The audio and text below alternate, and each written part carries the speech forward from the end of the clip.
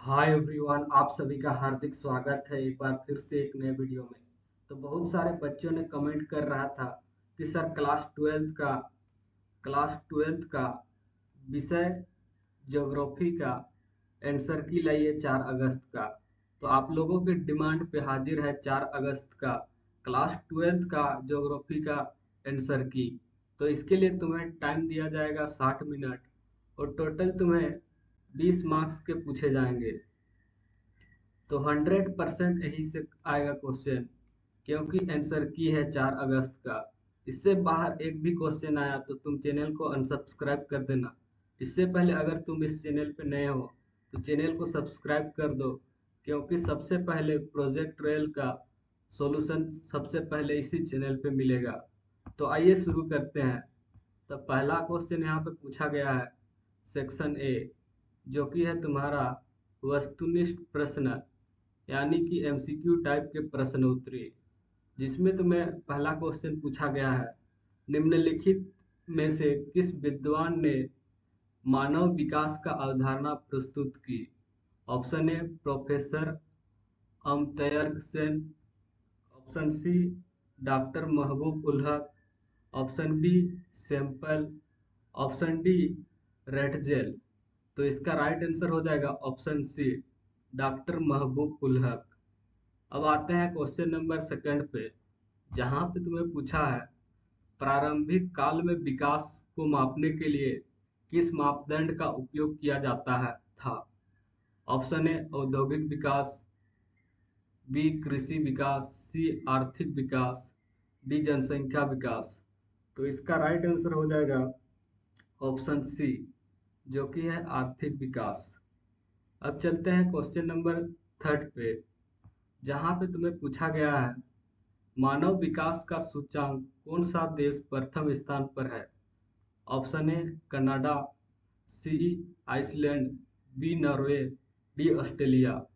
तो इसका right answer है ऑप्शन बी, जो कि है नॉर्वे। अब चलते हैं क्वेश्चन नंबर 4 पे, जहाँ पे तुम्हें पूछा है निम्न में से कौन सी भूमि उपयोगी श्रेणी में नहीं है। ऑप्शन ए प्रतिभूमि, बी सीमांत भूमि, सी शुद्ध बोया गया क्षेत्र, डी कृषि योग्य भूमि। तो इसका राइट आंसर है सीमांत भूमि, जो कि भूमि श्रेणी के योग में नहीं है। अब आते हैं क्वेश्चन नंबर 5 पे, जहाँ पे तुम्हें पूछा है निम्नलिखित में से कौन सी रबी फसल है। ऑप्शन ए चावल, बी बजरा, सी चना, डी कपास। तो इसका राइट आंसर हो जाएगा ऑप्शन सी, जो कि है चना। अब आते हैं क्वेश्चन नंबर 6 पे, जहाँ पे तुम्हें पूछा है भारत का कौन सा राज्य चावल का सबसे बड़ा उत्पादक है। Option A Paschim Bangal, C Orissa, B Haryana, D Bihar.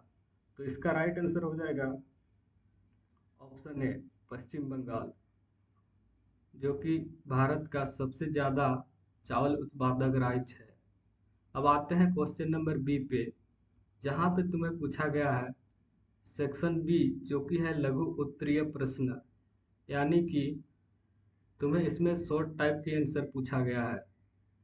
तो इसमें पहला क्वेश्चन यानी कि क्वेश्चन नंबर 7 में पूछा है मानव विकास को परिभाषित करे, यानी कि मानव विकास का परिभाषा लिखना है। क्वेश्चन नंबर 8 में तुम्हें मानव विकास का सूचांक से आप क्या समझते हैं। ये सारे क्वेश्चन का हम लोग आंसर देखने वाले हैं। तो सबसे पहले तुम क्वेश्चन देख लो। यहाँ पे क्वेश्चन नंबर 9 पे पूछा है भूमि उपयोग को परिभाषित करे। क्वेश्चन नंबर 10 पे पूछा है फसल चक्र क्या है। तो इसका अब आंसर देखते हैं।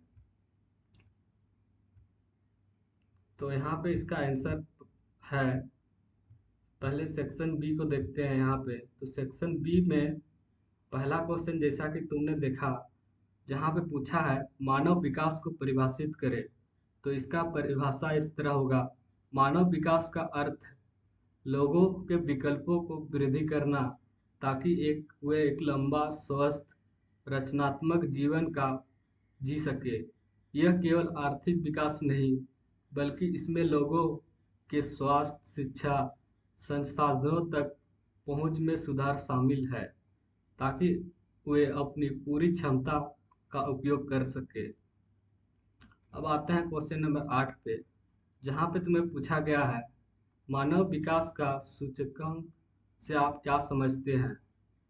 तो मानव विकास सूचकांक संयुक्त राष्ट्र विकास कार्यक्रम यूएनडीपी द्वारा जारी किया गया सांख्यिकीय उपकरण है, जिसका उपयोग देशों को सामाजिक आर्थिक आयामों में उनकी समग्र उपलब्धि के आधार पर रैंक करने के लिए किया जाता है।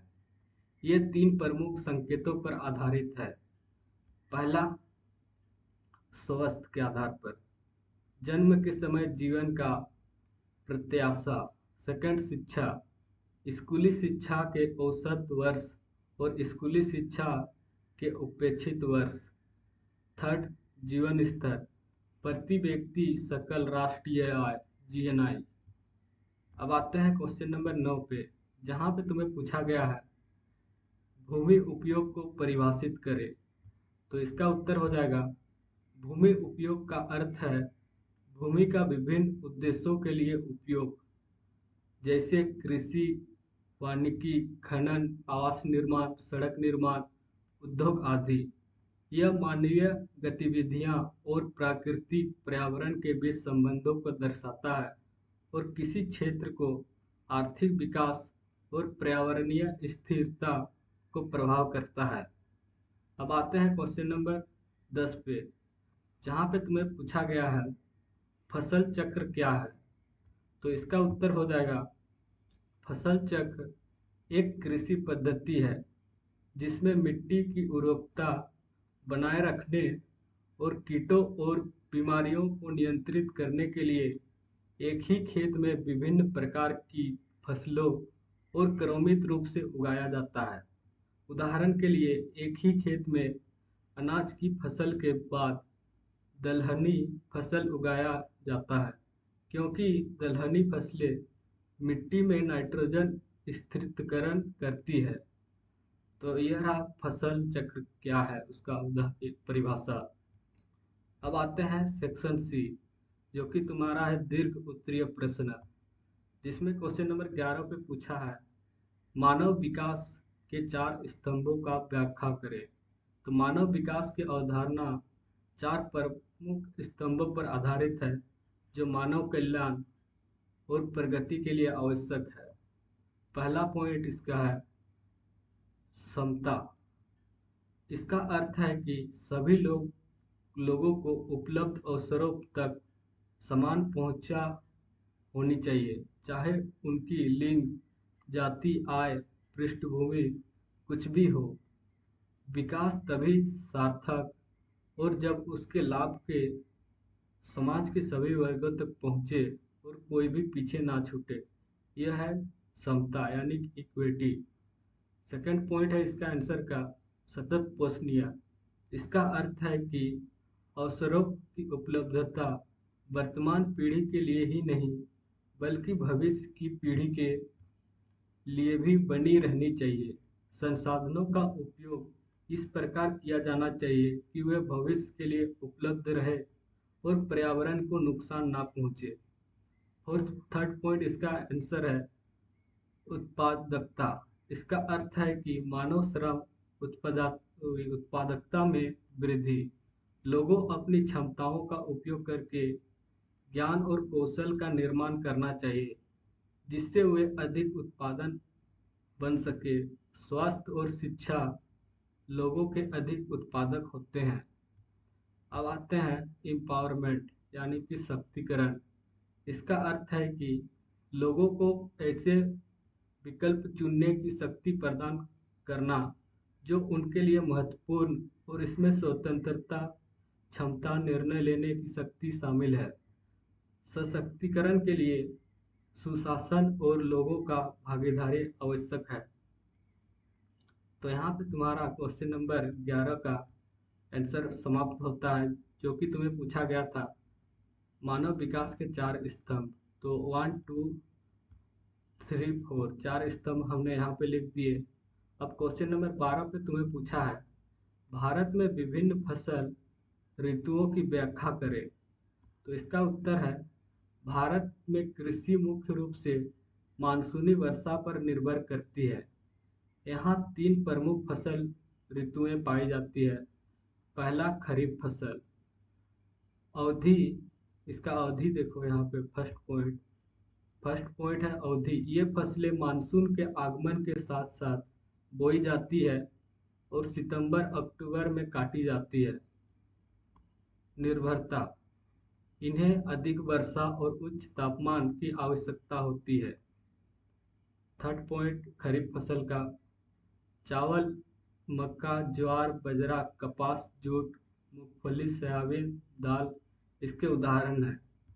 अब आते हैं सेकंड, जो कि है रबी फसल। अवधि देखो इसका, ये फसलें अक्टूबर नवंबर में बोया जाता है और मार्च अप्रैल में काटी जाती है। अब इसकी निर्भरता देखते हैं। इन्हें कम तापमान और कम वर्षा की आवश्यकता होती है और शीतलकालीन वर्षा इन फसलों के लिए महत्वपूर्ण होती है। अब थर्ड पॉइंट देख लो यहाँ पे, प्रमुख फसलें।